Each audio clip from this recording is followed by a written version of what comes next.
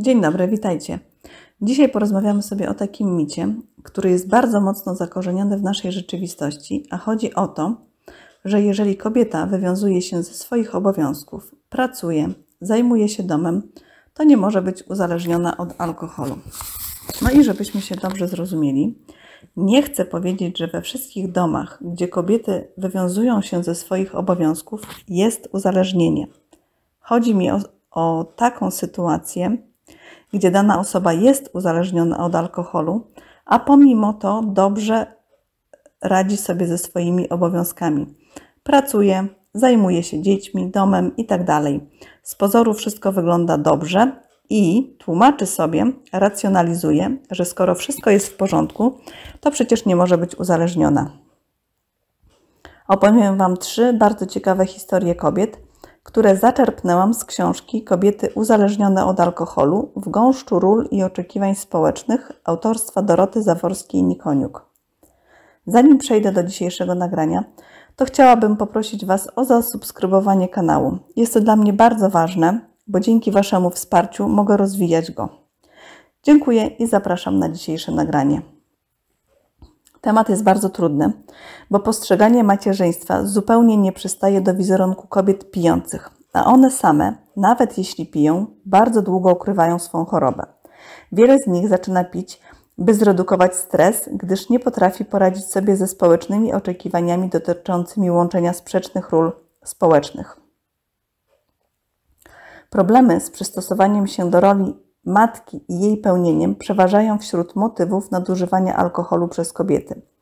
Kobiety, które nadużywają alkoholu, podlegają społecznej stygmatyzacji i marginalizacji, gdyż picie kobiety nie mieści się w społecznej definicji macierzyństwa.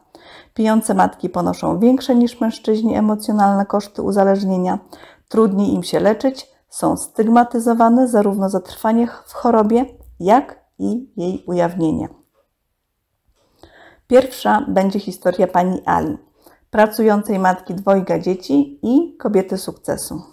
Pani Ala jest mężatką i pracującą matką, która zawsze uważała siebie za niezależną kobietę sukcesu.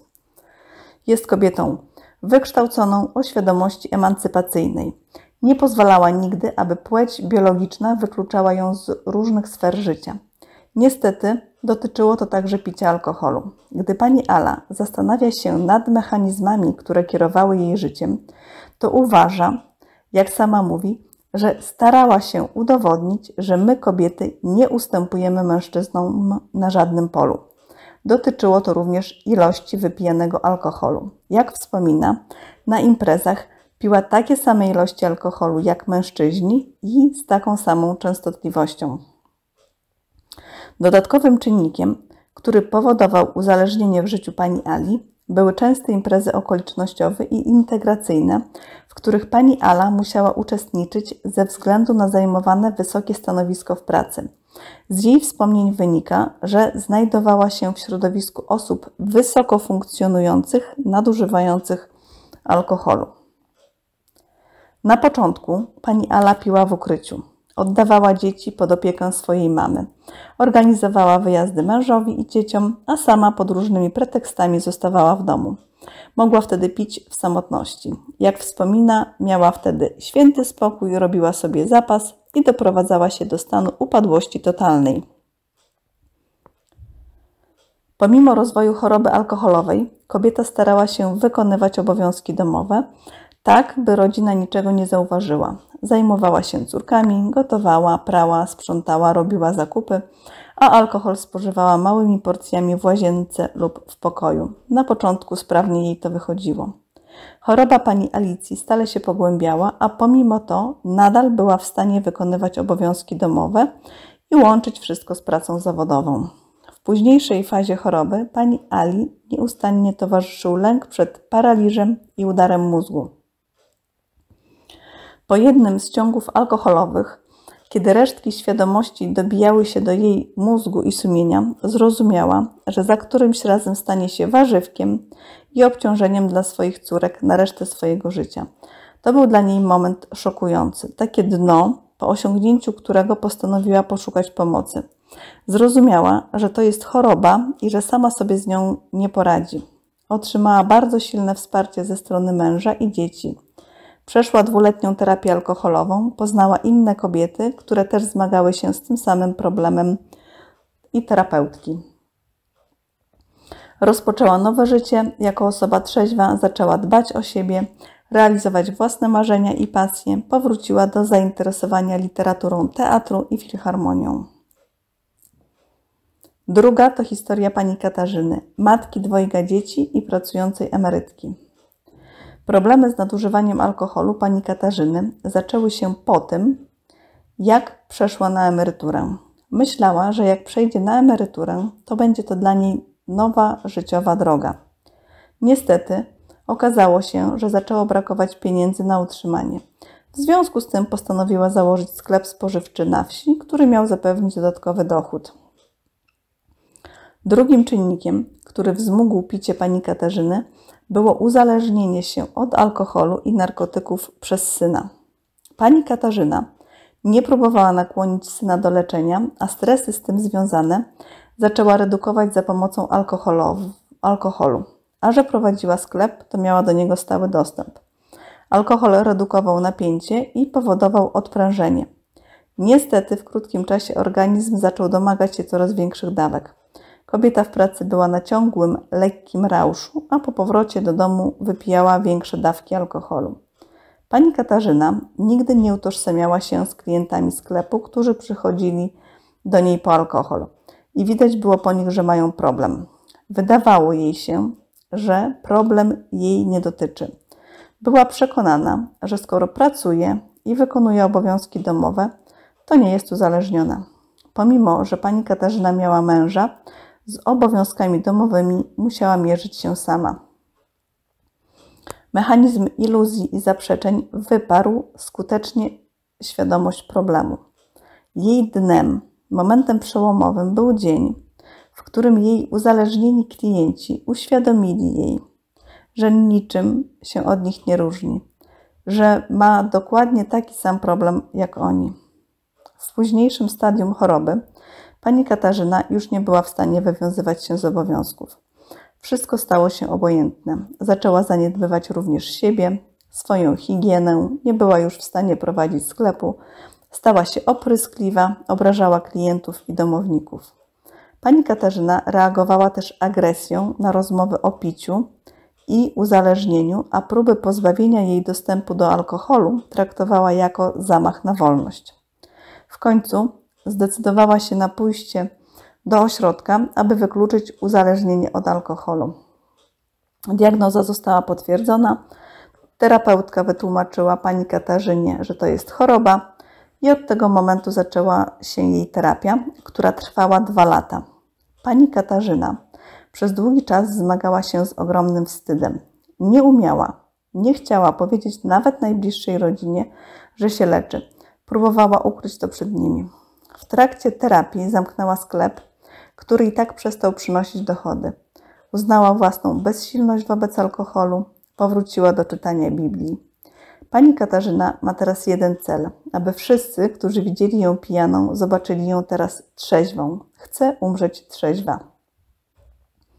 Historia pani Katarzyny burzy kolejny mit, że od alkoholu nie można uzależnić się w późniejszym wieku.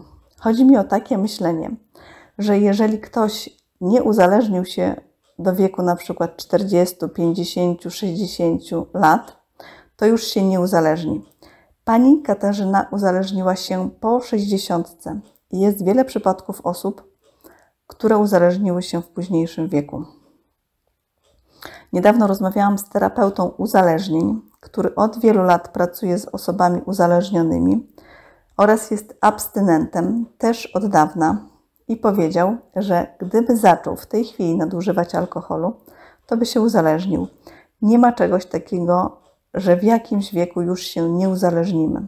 Jeżeli ktoś zaczyna dużo pić, to organizm przyzwyczaja się do większych ilości, a potem ma ochotę na jeszcze więcej, co jak najbardziej może prowadzić do uzależnienia.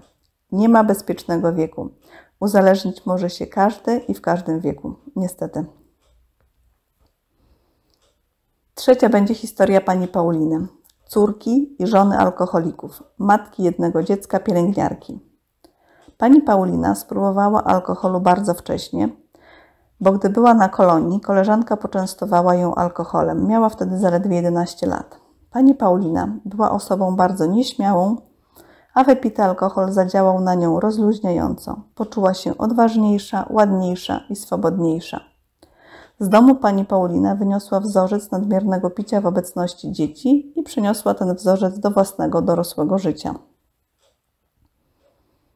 Po ukończeniu szkoły średniej postanowiła wyjść za mąż i urodzić dzieci. Jej decyzja była podyktowana tradycyjnym modelem kobiecości wpajanym jej od najmłodszych lat. Nadmiar obowiązków przytłoczył ją. Brak wsparcia ze strony męża oraz konflikty z mężem skłoniły ją do podjęcia próby samobójczej. Zakończyła się ona niepowodzeniem.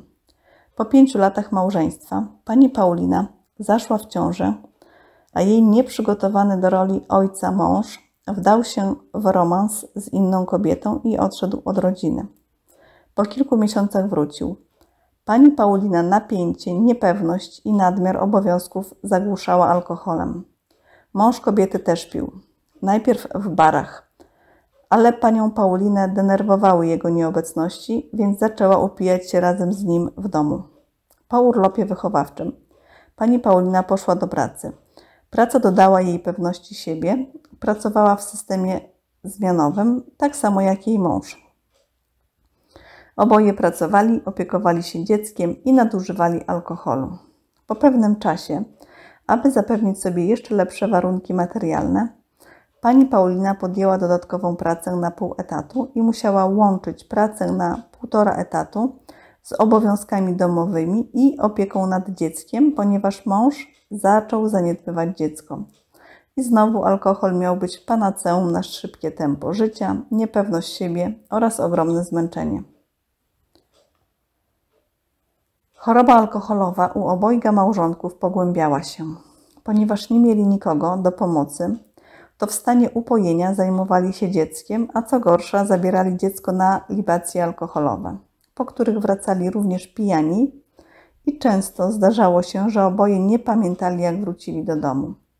Następnego dnia po takim zajściu pocieszali się, że przecież nic się nie stało. Nawet tak dramatyczne wydarzenia nie zapaliły czerwonej lampki ostrzegawczej w głowach małżonków. Pani Paulina uważała, jak sama wspomina, było ugotowane, w miarę posprzątane, zabawki były, ciuchy kupione, wszystko było. A to, że piłam, wszyscy pili. Pani Paulina piła coraz więcej. W końcu straciła pracę i to był dla niej pierwszy sygnał do zmian. Zdecydowała o próbie kontrolowania picia, która po krótkim czasie zakończyła się niepowodzeniem. W domu coraz częściej dochodziło do bijatyk, awantur i agresywnych zachowań ze strony męża, których świadkiem był syn. Pani Paulina podejmowała abstynencję i ją łamała. Gdy poszukiwała źródeł złamania abstynencji, zwróciła uwagę na nierespektowanie jej praw przez męża. Pomimo pracy na 2 etatach, mąż nie pomagał jej w wykonywaniu obowiązków domowych oraz nie respektował jej prawa do niezależności i samorozwoju. W pewnym momencie pani Paulina straciła poczucie sensu leczenia, znowu zaczęła pić oraz podjęła kolejną próbę samobójczą. Została odratowana. Następnie zachorowała na guza głowy. Paradoksalnie jej choroba spowodowała, że mąż przestał pić. Zmienił się, zaczął ją wspierać. Obecnie pani Paulina nie pije, żałuje straconych relacji z synem, próbuje je odbudować już z dorosłym mężczyzną.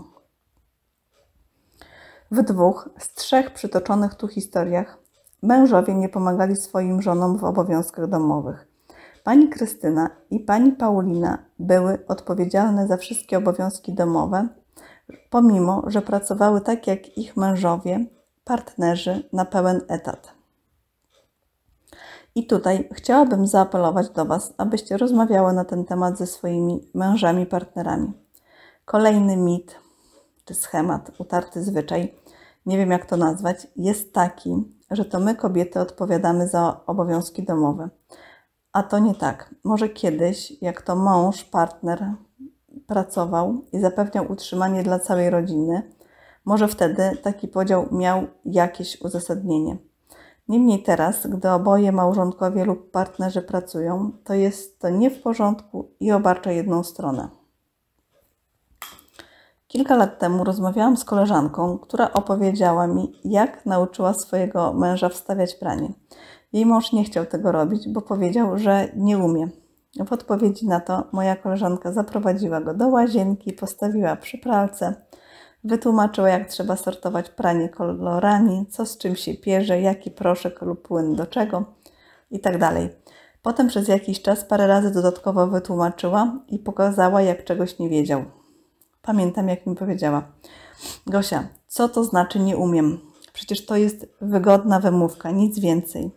Mój mąż, powiedziała, jest dyrektorem w banku, zatrudnia ludzi, zarządza nimi, zwalnia ich, decyduje o milionowych projektach, spotyka się z ważnymi osobami, negocjuje kontrakty, umie ponosić dużą odpowiedzialność, a prania nie umie wstawić. Jak nie umie, to trzeba nauczyć. Więc tak sobie myślę, że w większości przypadków może tak być, że jeżeli usłyszymy nie umiem, to odpuszczamy. A to trzeba rozmawiać, nauczyć, pokazać, wytłumaczyć. Oczywiście też nie zachęcam Was do takiej postawy, żeby wszystko podzielić równo, a potem aby były spory przy egzekwowaniu tego lub targi. Bardziej chodzi mi o to, aby razem wspólnie ciągnąć ten wózek. Mój mąż od początku uczestniczy w wykonywaniu obowiązków domowych, ale mamy swoje podziały. Ja lubię prasowanie. Wiem, co powie większość osób, które tego słuchają. Kiedyś słuchałam wywiadu z panią Wisławą Szymborską, która powiedziała, że tak nie cierpi prasowania, że pewnie jako kara za grzechy po śmierci czekają prasowanie stosów ubrań. Ja naprawdę lubię prasowanie, więc zawsze to ja prasuję, a mój mąż lubi odkurzanie, więc to on odkurza. Ja gotuję, a mój mąż zmywa gary. Nawet biorąc pod uwagę to nieszczęsne pranie, to zwykle ja wkładam ubrania do pralki, a on je wyjmuje i wiesza. W szczególności lubi takie, gdy w pralce są same gaci i skarpety. Podobno relaksuje go wieszanie małych rzeczy. Mnie z kolei to nie bawi, no ale jak czasami muszę, to powieszę. Grunt, że nie wysycha w pralce. W książce są inne ciekawe historie. Jeżeli kogoś zainteresowałam, to zapraszam do lektury. Kobiety uzależnione od alkoholu w gąszczu ról i oczekiwań społecznych. Dorota Zaworska-Nikoniuk. Dziękuję za dzisiaj. Zachęcam do podzielenia się swoimi przemyśleniami w komentarzach. Napiszcie, co sądzicie na ten temat. Podzielcie się nagraniem ze znajomymi. Dziękuję i do usłyszenia następnym razem.